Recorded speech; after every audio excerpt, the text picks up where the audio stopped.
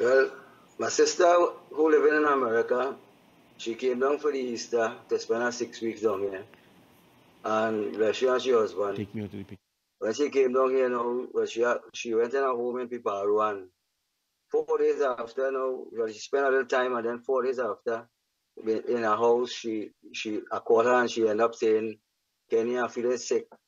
I wanted to get me to the doctor, so I and Shola, we went and we pick her up now. She wanted to go, she didn't know what happened to her.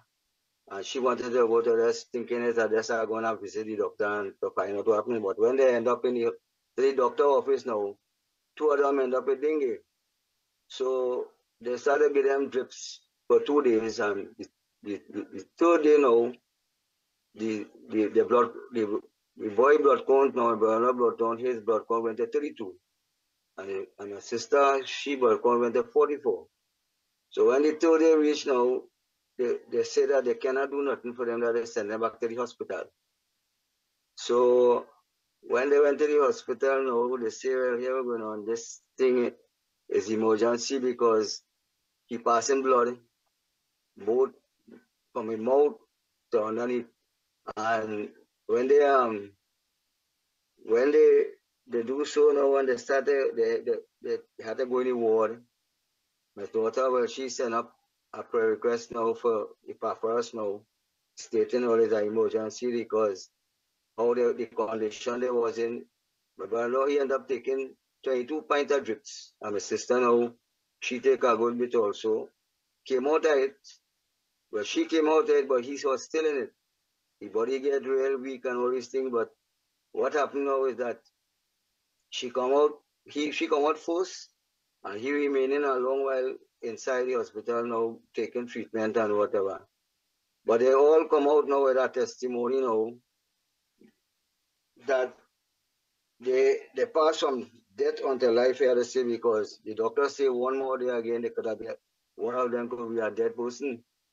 So what I'm watching, she sent me something on my phone, thanking me now. I would like to read it here. Say, thank you, my sweet brother, taking special care of us. You have done so much for us. You have shown your true love for us. You made us so comfortable. We deeply appreciate your kindness, love, and support.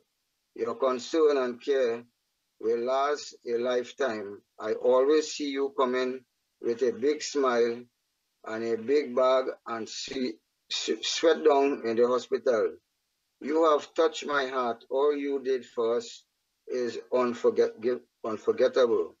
May God continue to bless you in every way. I love you always and forever, your little sister, Dovie.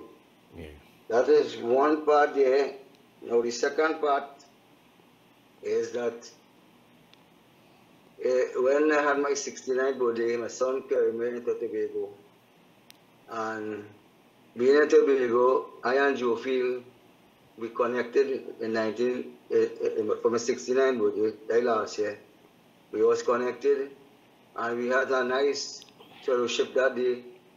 And he said, Kenny, he said, God bring you here, you know, because why see it happening here I never see before. From that now, we had a good connection some years ago, maybe about 18 years back, and we never was to see one another or be hear from one another until last year. And then coming down the road now, I hear one of the brother, I think it was Brother John's son was saying that Brother Joefield daughter all right and he not all right. So I take that into consideration and I started to pray about it. And praying about it now, I say, Lord, you know that brother and him spiritually and naturally because we bounce glass together, we eat together.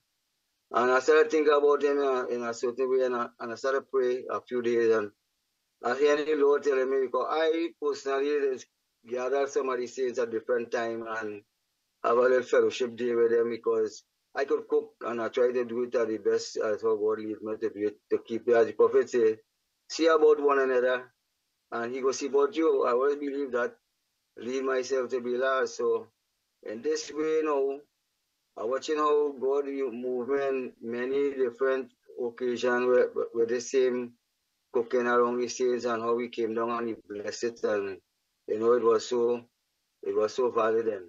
So I was just one how the Lord telling me you had to go down to Tobago. So I called Brother Andy, which is both of us is really rally around this and do it as God lead us.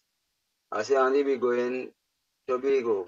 And Lord pushing me to go by Brother Joe Field. So I say, he said, well, all right, we will go as the Lord lead. So I called Brother Joe Field. I said, Brother Joe Field, I say, God bless you, brother. I said, how you going? He said, well, all right. I said, well, you go down now. I want to come down by you and do a little eat up now. I go do the cooking. You do the invitation. I come in to bless your home with a little cook up and, gather the family together. And it was well, he respond back. He said, yeah, he called me back and next time he said, Brother Kenny, I forgot, I said, all right, well, here we're going to, you don't have to do nothing.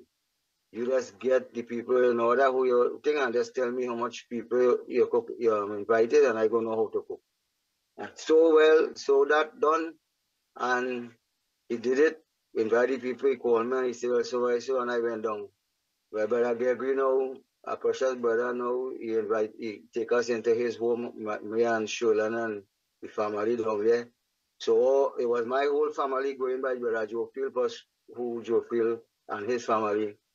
And to watch all this spirit, I did not know what was going on down there or nothing, but I just going on with love in my heart, which I just always do. So I go on down there now and I prepare all my thing here and I go on down so when we end up now and we cook and everything and everybody in the evening time now, but Joe introduced me now to the people, the brothers and them and who are around. This is Brother Kenny and he wanted to do this so I started to talk. So my talk is like I use a statement like, it have people in the message 50 years, 40 years, 30 years, and nobody could say that they have more money, woman, popularity on their foot. That the prophet said the closest thing to a sister is a shake. And I say, well, yes, he have a right because you cannot nature men half today. But we talking about perfect love, going over. It have to have perfect love here before we leave, because you say if you don't have perfect love here, you're not living here. So I started seeing now is that you're doing something for the honor and glory of the Lord, and you're testifying now. So I talking about when I was young, when I was 14 years, I didn't have a father or a mother to guide me.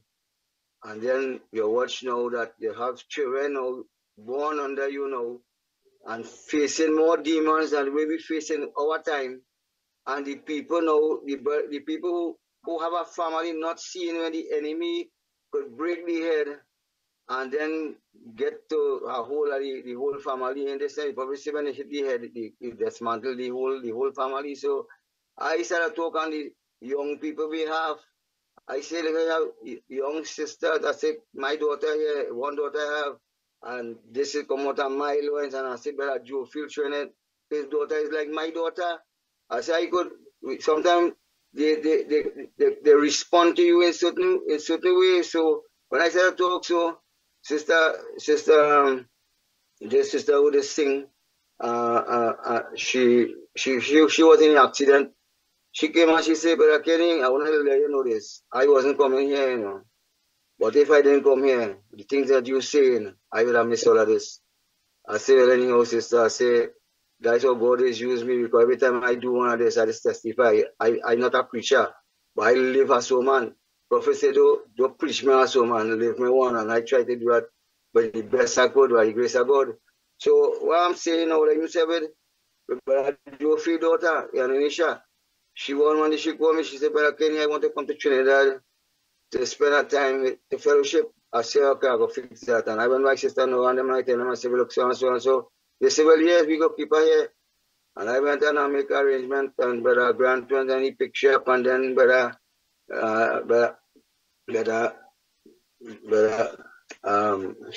brother, Sister Martha Lindsay, he drop her back, and I make sure that I was there when she come, and when she go back.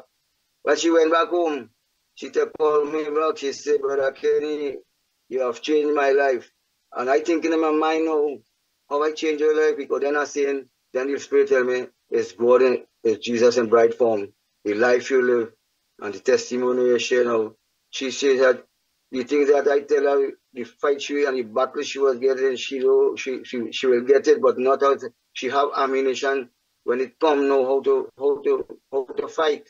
So I want to know, you're living in this place and you're living for these young people because you're seeing the strain they're under, they're seeing the different attacks they get in because as we see, we was there, and then when you watch the hour we living in and it's so close now, you see the devil now trying to make havoc in everybody home, and we are the one who's supposed to be the watchman in the house and looking out for the weaker ones, as you just say, is how much people really consider we are the end and it's time to move and we have to get everybody under the token because the token is the only thing that could save us right now because the blood apply and if the death angel like if the person but can't touch you, you're under the blood. So I want to give this is my testimony and I'll be listening. Sometimes I don't put on the camera regular, but I'll be listening and I feel myself. God using me in many ways to do this little simple thing I've been doing, and I do it with great love and great respect for the believers who know me. They know me how I is because I is me. God make me also. So God bless everyone until we meet again.